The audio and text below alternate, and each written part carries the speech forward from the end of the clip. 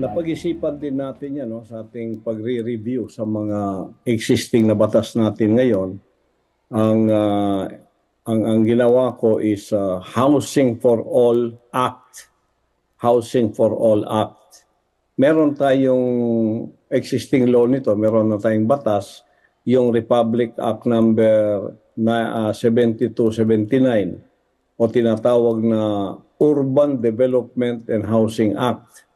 Ang proposed amendments ko dito, number 1, dagdagan ng alokasyon ng pondo para sa mga proyektong pabahay na abot kaya. Pangalawa, ng proseso sa pagkuha ng lupa at pag-aproba upang mapabilis ang mga proyektong bahay. At meron tayong overview, bumuo ng abot kayang pabahay para sa mga pamilyang mababa ang kita.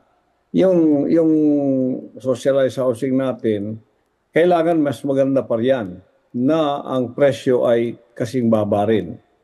Ang scope nito, tututukan nito ang mga urban na lugar, no? Mga urban areas na nakakaranas ng kakulangan sa pabahay at mga lugar na madalas tamaan ng kalamidad.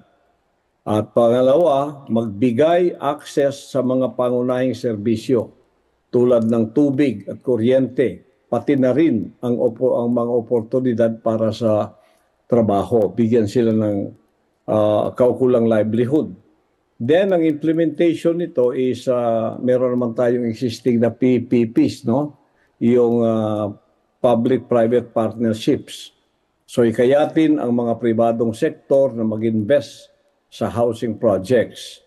And then, meron tayong land use policies, magpatupad ng mga polisiya na magpapadali sa pagkuha ng lupa para sa pagtatayo ng pabahay.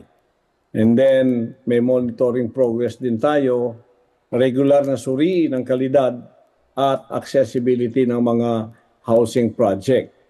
Ito ang nakita natin na isang malaking problema na pwedeng bigyan ng solusyon.